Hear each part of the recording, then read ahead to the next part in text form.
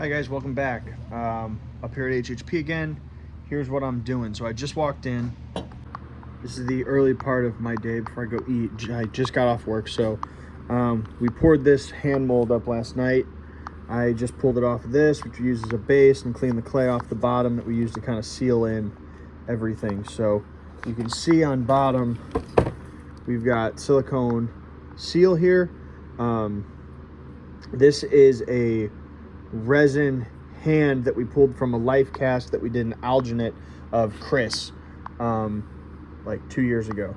So this silicone is a different kind of silicone than we used before. Pretty much it's not translucent and it has a much longer cure time. So usually it's got, like a 2-hour cure time, but this one had like a 6-hour cure time, so we had to let it cure overnight. But it's good and solid now, so I'm going to open this up. This is called a sonotube. If you're going to do this project, it's an 8-inch sonotube. 10-inch is a little bit too much. You just got to make sure that you get the right, get the hand in there at the right angle and stuff. I'm going to get this started, and then it should just peel off, because it's built in like a spiral. I'm going to set the camera down and I'll show you this.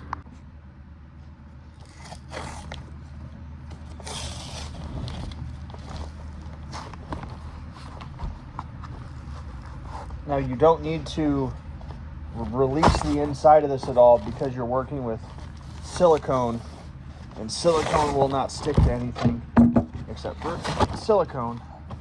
So you do want to, the only thing you would have to pay attention for is if you were going to pour this onto like a metal base. So now this is trash unless you have some creative use for a spiral of cardboard. But and also those things are like 6 feet tall, so you'll have extra. If you're doing 2 hands, you'll have more. You can probably get 3 hands at least out of 1 tube. So if you were going to do a few things, you have that. So now this is the bottom. Anyway, like I was saying before I got sidetracked, we just use like a plastic lid off of like some latex. It just is used as a nice round base. But if you're using some kind of metal, you just have to make sure there's no silica in the metal, because silicone could stick to the silica particles in that, and that could be a problem. So now I need to get a razor knife and actually cut a channel in this. I'll show you one of the other ones.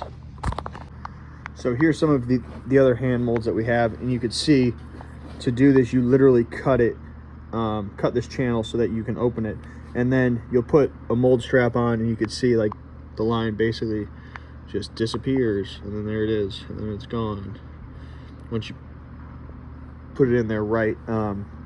And then just the surface tension and viscosity of the liquid that you pour in there, nothing ever leaks out of this. And then the mold line, since it's all foam, you just trim it off and it's super easy. So I'm gonna get this open because I want Chris to be able to pour tonight. So yeah, let's do that.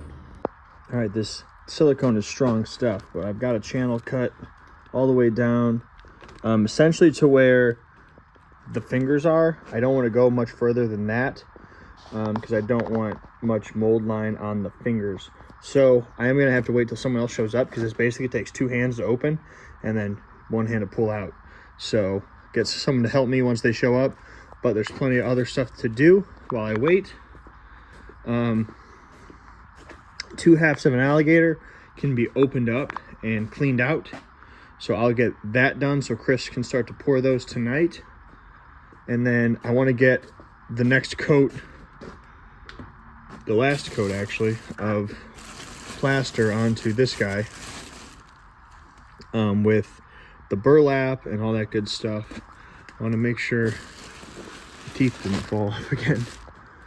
Yeah, it looks like we're good. So I'll get those molds cleaned up. This clay is still nice and soft, so that's good. And I will get the next coat of plaster on this so that when Jacob Phelps shows up tonight, we can do 2 coats on that side, and then this will be ready to open, depending on how quick we get it done. But I mean, it's a lot of clay, so we're gonna need somewhere to put all that clay. I'll get these cleaned out, that plaster on. If I have any more time, I'll start the base mass and things and keep this stuff moving along. There's tons of work to do, so let's do it. All right, so I got all the molds cleaned out, sprayed out, ready to pour. So the other one, top of the head's over there. Got it all power washed, everything's good to go, looking beautiful. So these are ready to pour. I think we got to make like 3 of these or something for the show, and then those molds can go away. So not bad at all. I started to prep this, but I have to go grab stuff to make some dinner. So I'm gonna run to the store, got my water prepped. I already have the burlap cut, so really I just need to mix this and apply. So when I get back, which should be soon, I'll get that done, then immediately start prepping the other side, getting the water prepped, the burlap, getting the mold wall off, and we'll have that skull totally molded by the end of the night, and hopefully a few other things knocked out as well. All right, we're back. We got some enchiladas. Let's get this skull. All right, some people showed up and we're helping.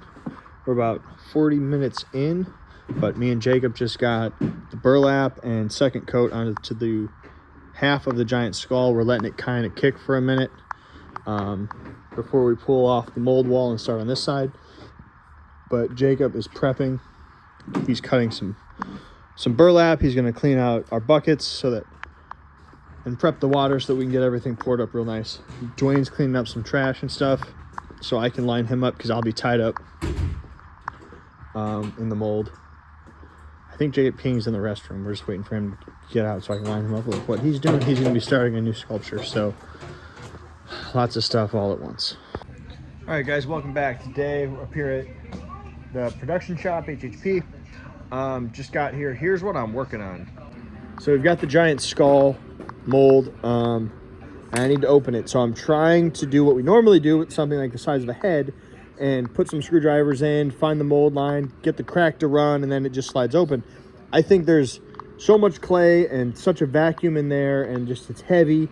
I think I need to flip this over, get some of the clay out, get the armature out, and then try to open the mold after I have some of the clay out. So I'm gonna roll this giant thing over and see how this goes. All right, so we got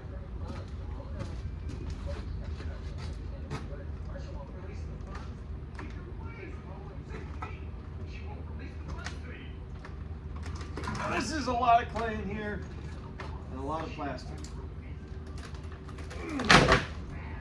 Oh, we got it to move.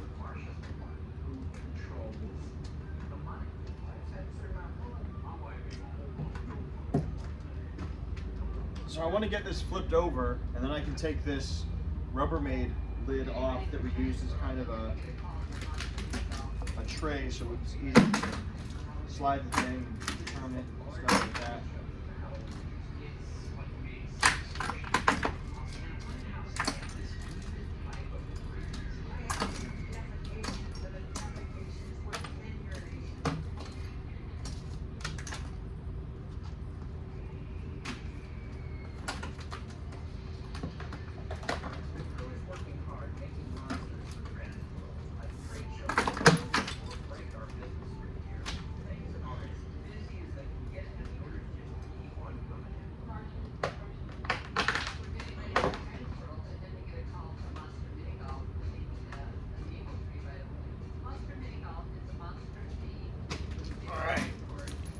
Send.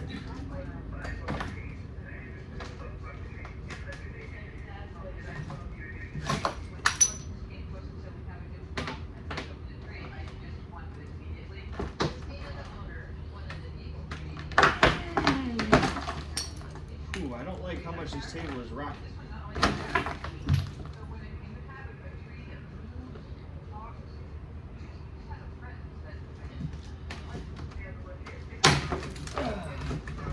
There goes the lid.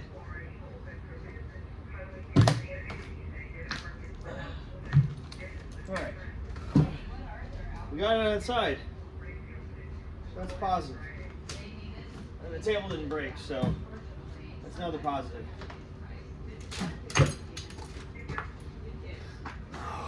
Let's try to clean it out. All right, so here's the bottom. This clay is very wet and soft still, so we'll be able to keep this and resculpt something else. So cleaned out a bucket. I have a feeling I'm gonna need several more of them, but I'm gonna start scooping this clay out with this little tool. Obviously being careful around the edges because steel tools damage plaster molds. So I'm gonna get as much clay out of there as I can and then try to get this out, which we used as just kind of a void. And then hopefully I have some leverage and I can split that mold apart. This is the largest 2-part plaster mold we've ever made so far, so this is kind of cool. All right, so I've got this cavern made, and I'm going to try to grab it from both sides and pry it apart and see how that works.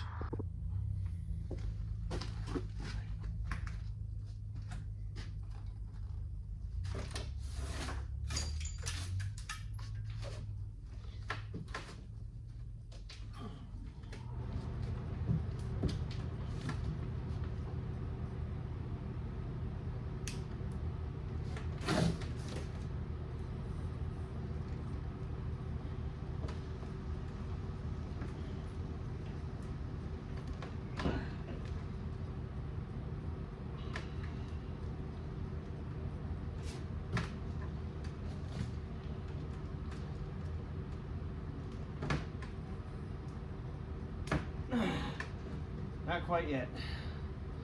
Get more clay out of it.